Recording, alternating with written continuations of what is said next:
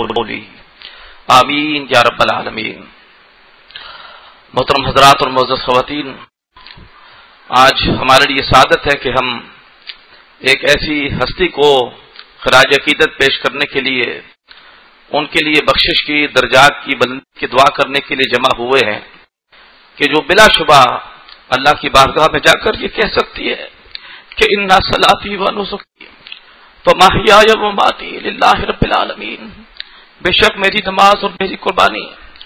میرا جینا اور مرنا اس اللہ کے لیے تھا جو کہ تمام جہانوں کا مالک اور پروردگار ہے۔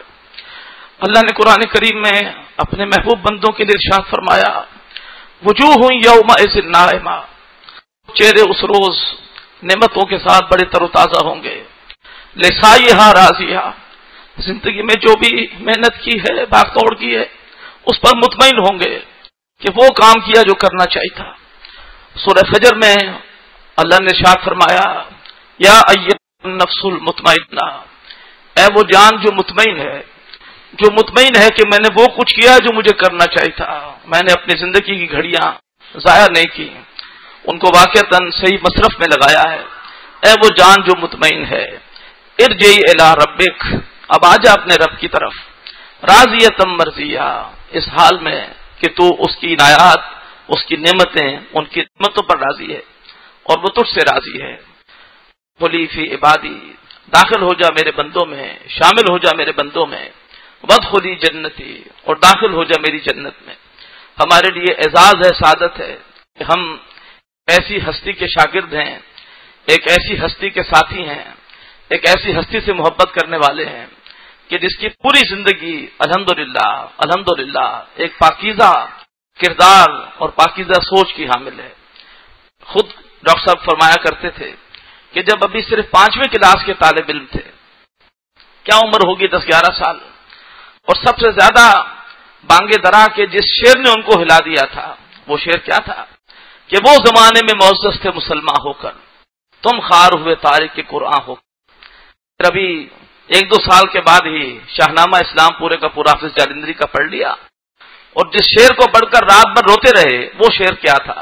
کہ کیا فردوسی مرحوم نے ایران کو زندہ، خدا توفیق دے تو میں کروں اسلام کو زندہ۔ اور اس کے بعد اللہ نے واقعتاً توفیق دی، تحریک پاکستان میں بھرپور حصہ لیا، اور آج دشمن بھی مانتے ہیں کہ بلا شبہ اگر ہندوستان میں مقصود تھا اسلام کا غلبہ تو اس کے لیے پاکستان کا بننا ضروری تھا۔ متحدہ ہندوستان جہاں پر اکثریت غیر مسلموں کی ہو، وہاں پر اسلام کی بات کرنا سمجھ سے باہر تھا، لیکن ایسا خطہ کہ جہاں پر اکثریت مسلمانوں کی ہو تو وہاں پر اسلام کی بات کرنا، جہاں دینی تقاضا ہے، جہاں دینی فریضہ ہے، وہاں منطقی بھی ہے، لاجیکل بھی ہے۔ اور پھر پاکستان بننے کے بعد اپنی توانائیاں صرف کسی قومی جد و جہد میں برباد نہیں کی، بلکہ جو اصل مقصود تھا پاکستان بنانے کا، یعنی اسلام کا غلبہ، اس میں لگا دی۔ جوانی کے شب و روز اسلامی جمعیت طلبہ کے ساتھ بھی تھے، اور اس کے بعد جوانی ہی کے عالم میں جماعت اسلامی میں شامل ہو گئے، اور اس کے بعد جب جماعت اسلامی سے طریقہ کار کے حوالے سے اختلاف ہوا تو یہ نہیں کیا کہ اختلاف کر کے تنقید کر کے اور کہیں الگ جا کر بیٹھ رہے ہیں، بلکہ یہ ہے کہ پھر جس طریقہ کار کو صحیح سمجھتے تھے اس طریقہ کار کے مطابق جد و جہد کا آغاز کیا، اور دوسروں کو بھی اس کی طرف متوجہ کیا، اور زندگی کی ان کی راتیں اور دن گزرے ہیں 2 کاموں میں، ایک قرآن مجید کی خدمت اور قرآن کے ذریعے سے علم صحیح لوگوں تک پہنچانا، اور ایک اللہ کے دین کے غلبے کی جد و جہد۔ ایک طرف انجمن خدام القرآن اس کی شاخیں قائم کی، اور ایک طرف تنظیم اسلامی اور اس کو وسعت دی، اور قرآن مجید کا بھی ایسا علم دیا کہ بلا شبہ ہمارے لیے ایک بہت بڑا علم کا خزانہ، ایسا علم کہ جس میں ایک طرف مولانا ابوالکلام آزاد اور مولانا مودودی کا تحریکی رنگ بھی ہے، دوسری طرف علامہ اقبال اور ڈاکٹر رفیع الدین ان کا انقلابی فکر بھی ہے، پھر مولانا فراہی اور مولانا اصلاحی ان کا نظم قرآن اور تدبر قرآن کا اسلوب بھی ہے، اور اس کے بعد شیخ الہند اور شیخ الاسلام محمود الحسن رحمۃ اللہ علیہ اور شبیر عثمانی رحمۃ اللہ علیہ، ان کی روحانیت اور اسلاف کے ساتھ ان کے ذریعے سے تعلق بھی ہے۔ تو جو لوگ بھی درس قرآن دیتے ہیں وہ جانتے ہیں کہ ڈاکٹر صاحب کا ہم پر کتنا بڑا احسان تھا کہ ہم جس درس کی تیاری کے لیے کئی تصویریں کھنگالتے ہیں، डॉक्टर साहब ने पहले से हमें वो तमाम मवाद अपने दर्स के अंदर जमा करके दिया हुआ, और दूसरी तरफ अल्हम्दुलिल्लाह सुम्मा अल्हम्दुलिल्लाह दीन के गलबे के लिए उनकी जिंदगी के शब रोज वो आखिरी वक्त तक लगे रहे। मैं भी उनको अभी आपको उनकी जिंदगी का जो आखिरी हिस्सा है इंशाल्लाह उसके कुछ वाकयात आपको बताऊंगा। और उसके बाद यही काम करते करते अल्हम्दुलिल्लाह 1991 में इस दुनिया से जाने की तैयारी शुरू कर दी। हदीस हमें कई दफा सुनाई, कुन फिर दुनिया कान्ना का गरीबुन अवाबिर सबील, दुनिया में ऐसे रहो जैसे कि अजनबी हो, दुनिया से कोई सरोकार ही नहीं है, और या फिर यह है कि रास्ता दूर करने वाले मुसाफिर। लेकिन खुद इसका अमली नमूना थे। दुनिया में जायदादें नहीं बनाई, दुनिया के अंदर असासे नहीं बनाए, कोई बैंक बैलेंस नहीं बनाए, और बल्कि बहुत से लोगों ने डॉक्टर साहब के नाम पर बहुत सारी जायदादें कर दी थी। 1991 में जब उनकी उम्र शमसी एतबार 61 बरस की और कमरी एतबार से 63 बरस की हुई, तो कहा यही मसरून उम्र है, और अब जाने की तैयारी शुरू कर दी। उनकी जाती नाम पर जो जायदादें लोगों ने उनको तोहफतन दी थी वो सारी की सारी ट्रस्ट के नाम कर दी। इकामत दीन ट्रस्ट बनाया, दीन हक ट्रस्ट बनाया,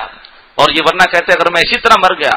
तो फिर जायदादें मेरे नाम पर है, उसके बाद मेरे ये वर्सा में मुंतकिल हो जाएंगी, जबकि मेरे लिए असल काम अहमियत वो दीन का मिशन है। लिहाजा कोई चीज अपने लिए बनाकर और छोड़कर नहीं गए। हिसाब कमोबेश किताब लिख दी और सबके सामने खोल के रख दिया कि उन्होंने कहां से जो भी कुछ मिला तो वो कितना मिला था, और उस माल को उन्होंने कहां कहां खर्च किया, इस वक्त उनकी क्या एसेट्स है, क्या है, हर चीज खोल के रख दी। इसी तरीके पर जिंदगी ही में फैसला कर दिया कि उनके बाद ये तंजीम का मिशन कैसे आगे बढ़ेगा और किस तरीके पर इसको लेके चलेंगे, और कौन उनके बाद जानशीन होगा और फिर कौन उनके बाद अमीर होगा। अल्हम्दुलिल्लाह के वो सारा काम बड़े इत्मीनान के साथ करते हुए चले गए। और उसके बाद अल्लाह के रसूल का इरशाद, बल्कि अल्लाह के रसूल को हुक्म है कुरान मजीद में कि फसब्बिह बिहम्दि रब्बिका वकुम मिनस साजिदीन अबुद रब्बका हत्ता यातियकल यकीन। ए नबी सल्लल्लाहु अलैहि वसल्लम अपने रब की तस्बीह करते रहिए उसके शुक्र के साथ, और अल्लाह के सामने झुकते रहिए, सजदे करते रहिए, और अपने रब की उस वक्त तक इबादत कीजिए,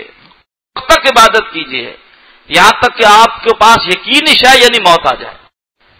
और अल्लाह तबारक व तआला ने ऐसी खुश नसीबी दी डॉक्टर सार अहमद साहब को कि वाकईतन इस यकीनी शय मौत तक वो दीन की खिदमत करते रहे। हम सब जानते हैं कि आखिरी उम्र में कई अवारिज उनको लाहक थे, उनके घुटने मसनूई थे, बैठना मुश्किल, चलना मुश्किल, तो शुगर का मर्ज था, अपने हाथों से अपने आप को इंसुलिन लगाते थे, उनको दिल का आर्जा था, उनकी कमर के अंदर एक प्लेट पड़ी हुई थी,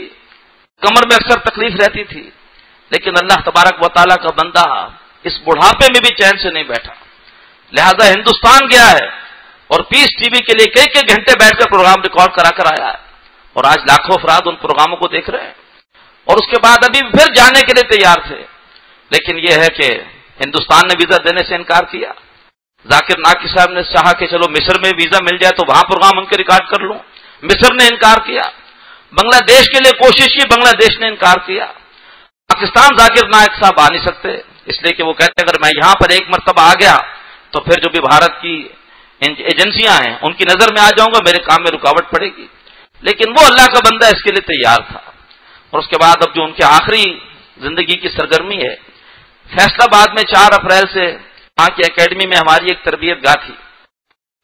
डॉक्टर साहब उस तरबियत गाह के हवाले से पुरजोश थे, बल्कि बार बार कहते थे कि मेरी बूढ़ी रगों के अंदर अब खून दौड़ रहा है, खून गर्दिश कर रहा है। और डॉक्टर साहब ने तय किया कि इस पूरी तरबियत गाह में शरीक होऊंगा, जो मज़ामीन उनके शागिर्द पढ़ाएंगे उनको भी सुनूंगा, उनकी भी इस्लाह करूंगा, और 10 घंटे का प्रोग्राम अपने जिम्मे लिया कि 10 घंटे का प्रोग्राम मैं खुद करूंगा। लिहाजा 4 अप्रैल को फैसलाबाद एकेडमी पहुंच गए और पहले दिन 2 घंटे का प्रोग्राम किया भी। लेकिन जब रात भर पर गए और जाकर लेटे हैं तो कहते हैं कि ऐसी टीसें उठ रही थी मेरी कमर में से कि मेरी चीखें निकल रही थी। अल्लाह के बंदे ने हिम्मत नहीं आ रही। अगले दिन फिर सुबह आया और फिर सुबह 2 घंटे का प्रोग्राम किया, फिर शाम को फिर आया असर से मगरिब। लेकिन यह है कि शॉर्ट सर्किट की वजह से हमारी वहां पर बिजली फेल हो गई, प्रोग्राम नहीं हो सका। लेकिन बैठे रहे इस इंतजार में कि शायद लाइट ठीक हो जाए और मैं ये प्रोग्राम कर लूं। लेकिन उस रोज जो ये मुशक्कत उठाई है, सुबह भी और दोपहर में भी, उसके बाद रात भर चैन से सो नहीं सके। لہذا پھر منگل کے دن جب صبح آئے ہیں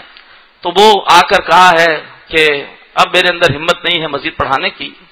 اور شاید میری آپ سے آخری ملاقات ہے۔ اور اس کے بعد